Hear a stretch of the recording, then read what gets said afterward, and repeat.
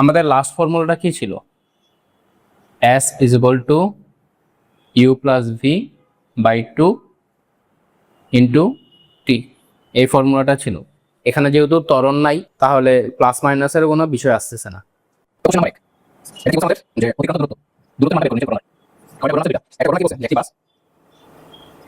স্থির অবস্থান থেকে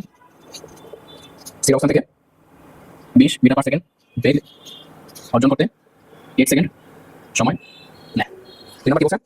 যে একটি ট্রেনের বেগ 12 মিটার পার সেকেন্ড থেকে 20 মিটার পার সেকেন্ড হতে 6 সেকেন্ড সময় লাগে।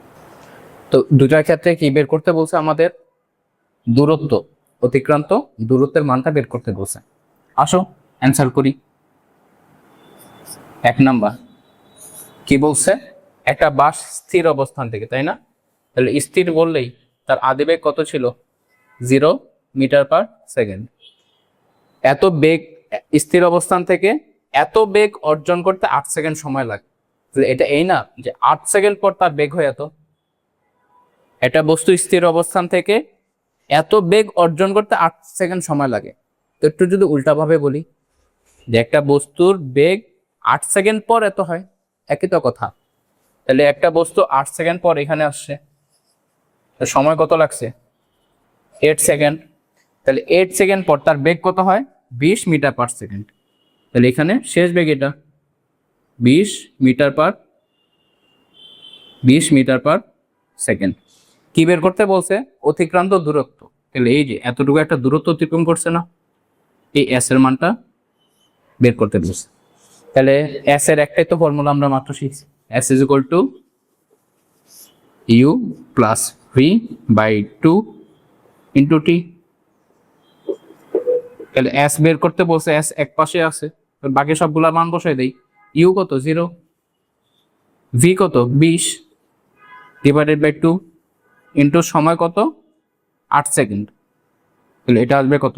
10 ইন্টু 8, 80 মিটার এস এর মান। এই যে এগুলো আর ভাঙায় এগুলো কিন্তু আমার দেখানোর প্রয়োজন নাই, আমরা একটু বড় হয়েছি, এগুলো আর ভাঙায় দেখানোর প্রয়োজন নেই। এগুলো ডাইরেক্ট ক্যালকুলেটরে দিবা, ক্যালকুলেটরে দিলে দেখবা 80 মিটার চলে আস। 2 নাম্বারটা কি বলছে? এটা যে একটা ট্রেন এর বেগ ছিল এত, তার মানে আদিবেগ আছে এবার ট্রেনের। তা ট্রেনের আদিবেগ কত? 12 মিটার পার সেকেন্ড। তাহলে 12 মিটার পার সেকেন্ড থেকে 20 মিটার পার সেকেন্ড হতে 6 সেকেন্ড সময় লাগে। তাহলে একটু যদি উল্টাভাবে বলি যে একটা ট্রেনের বেগ ছিল 12, 6 সেকেন্ড পর তার বেগ হয় 20, বলতে পারি না? তাহলে একটা ট্রেনের বেগ ছিল 12, 6 সেকেন্ড পর এখানে আসছে, এই অবস্থানে তার শেষ বেগ কত হয়েছে? 20 মিটার পার সেকেন্ড। তাহলে সময়টা কত লাগছে? 6 সেকেন্ড। তাহলে বের করতে বলছে কি এই যে কতটুকু দূরত্ব অতিক্রম করছে এই সময়ের মধ্যে, এস এর মানটা বের করতে বলছে। তাহলে আমরা যেহেতু এই ফর্মুলা রিলেটেড ম্যাথ করতেছি, তাহলে বসাই দিই s is equal to u plus v by 2 into t. কি বের করতে বলছে? সরণ। তাহলে এস তো এক পাশে আসে, মান বসাই দিই। ইউ আদিবেগ কত? 12, ভি শেষ বেগ কত? 20 ডিভাইডেড বাই 2 ইন্টু সময় কতটুকু লাগছে? 6 সেকেন্ড। তাহলে অতএব এস এর মান পুরাটাই ক্যালকুলেটর বসাই দেয়, এগুলো আর হাতে হাতে করার সময় নেই আমাদের। 12 প্লাস 20 ডিভাইডেড বাই 2 ইন্টু 6, এটা আসবে 96 মিটার। বলছি এটা যে একটি গাড়ির বেগ 12 মিটার পার সেকেন্ড ছিল, এটি 108 মিটার দূরত্ব অতিক্রম করার পর 74 মিটার পার সেকেন্ড বেগ প্রাপ্ত হয়। বুঝে উক্ত পথ অতিক্রম করতে সময় হয়।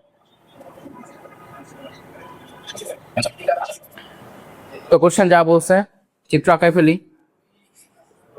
একটা গাড়ির বেগ ছিল এত, তার মানে আতিবেগ 12 মিটার পার সেকেন্ড। এবার বলছে 108 মিটার দূরত্ব অতিক্রম করে। তাহলে গাড়িটা কতটুকু দূরত্ব অতিক্রম করে?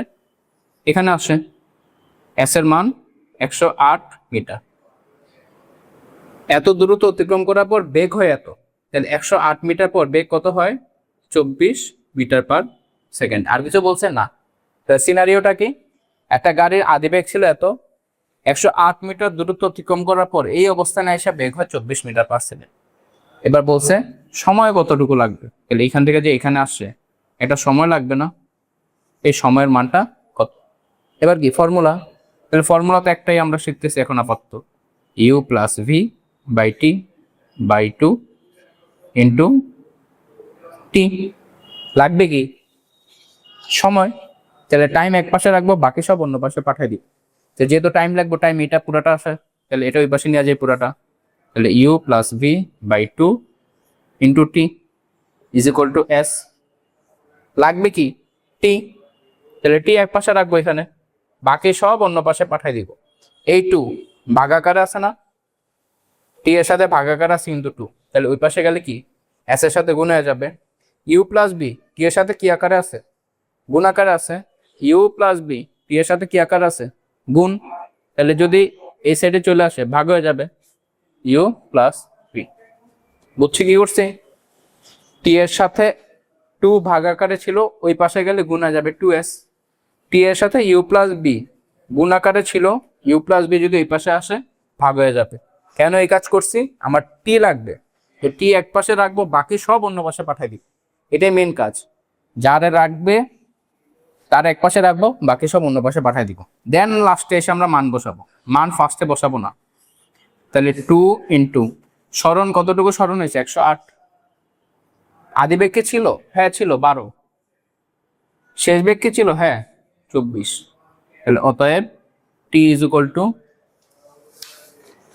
2 ইন্টু 108 ডিভাইডেড বাই 12 প্লাস 24, এটা আসবে 6 সেকেন্ড। তাহলে এই ইকুয়েশন দেখো, আলটিমেট আমাদের ফিজিক্স আর কিছু না, কিন্তু এই যে ইকুয়েশন সলভিং, একটা ইকুয়েশন পাইছি, এটাকে সলভ করে কিসের মান লাগবে, টি এর মান, আননোন একটা লাগবে। তাহলে এই ইকুয়েশন সলভিং কিন্তু আমরা দেখাইছি আমাদের ওই প্লে লিস্টে, তো আমরা প্লে লিস্টের লিঙ্কটা কমেন্ট বক্সে অথবা ডিসক্রিপশনে দিয়ে দিব, মাস্ট একটু দেখার চেষ্টা করব। তাহলে এই যে এগুলা যে করতেছি, এগুলো তখন নিজেই পারবো, আমার আর তখন বোঝানো লাগবে না যে পুরো ইকুয়েশন থেকে একটা টি লাগবে, টি এক পাশে রাখবো, বাকি সব অন্য পাশে পাঠাবো, তখন জাস্ট মানই তো বসাবো। তো ফিজিক্স কিন্তু আসলে ইকুয়েশন সলভিং, আর কিছু না।